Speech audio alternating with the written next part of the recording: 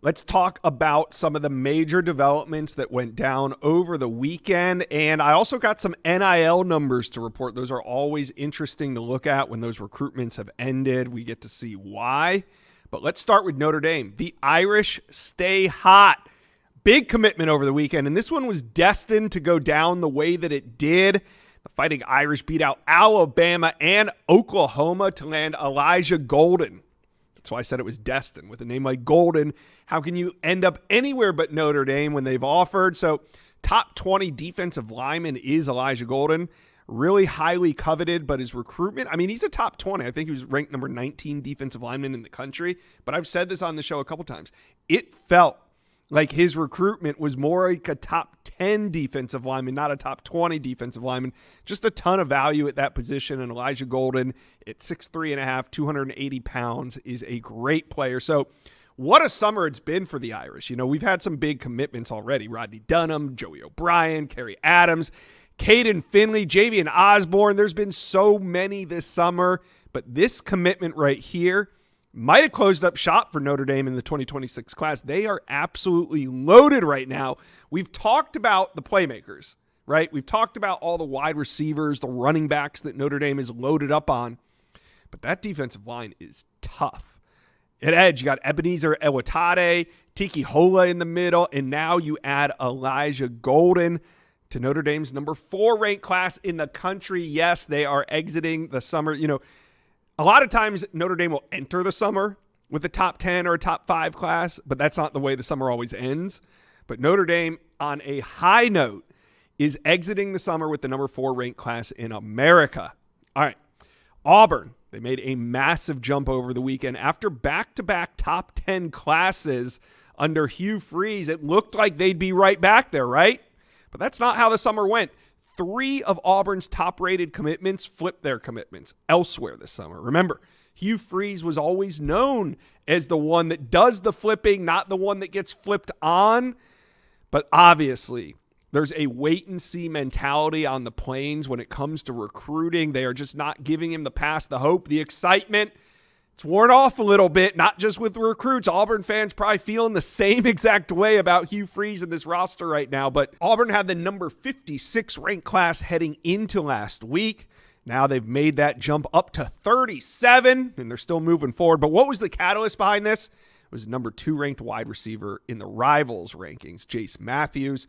A huge pickup for Auburn going into the state of Mississippi, landing the number 2 ranked wide receiver in America. Now, I believe a lot of this had to do with Deuce Knight. Remember, last year, Deuce Knight was the number 1 ranked player in that state.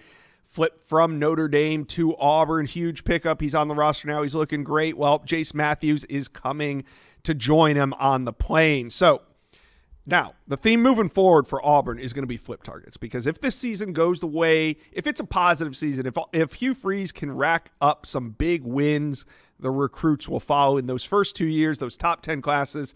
Recruits were jumping in the boat left and right. But now, much like the fans, right? Much like the fans of Auburn, it's a wait-and-see mentality out there on the Plains. But we will see some potential flips if Auburn can win some games. And Sam Spiegelman, national analyst here at Rivals, had a couple notable names in the state of Texas that Auburn has some traction with. We'll start with number 6 athlete in the country, Caden Johnson. He made an early commitment to A&M, but the Tigers are buzzing there. Also, Ben Duncombe, a defensive lineman, 6'5", 250 pounds.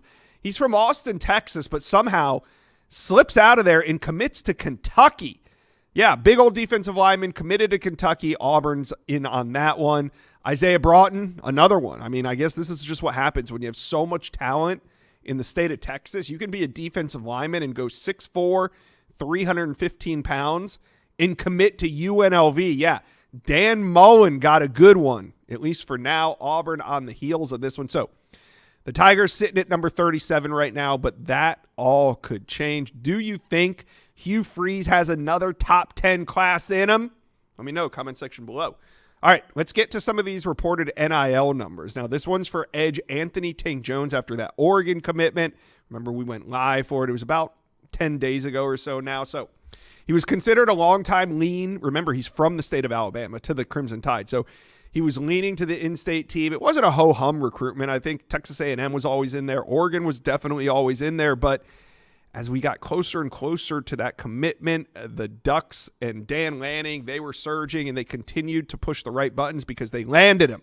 Now, according to Steve Wiltfong's sources, what they're saying is that Tank is getting a deal with incentives and guaranteed money worth over $1 million for his first season in Eugene. Now, Oregon, Texas A&M, and Alabama were all kind of equal on that front. So if the money's equal, then it comes down to old school recruiting. And that's what it came down to for Tank Jones. He saw of course, the money's there. Let's not act like it's not, but it is there. And he decided that Oregon was still the best opportunity for him, and he could have gone to any school in the country.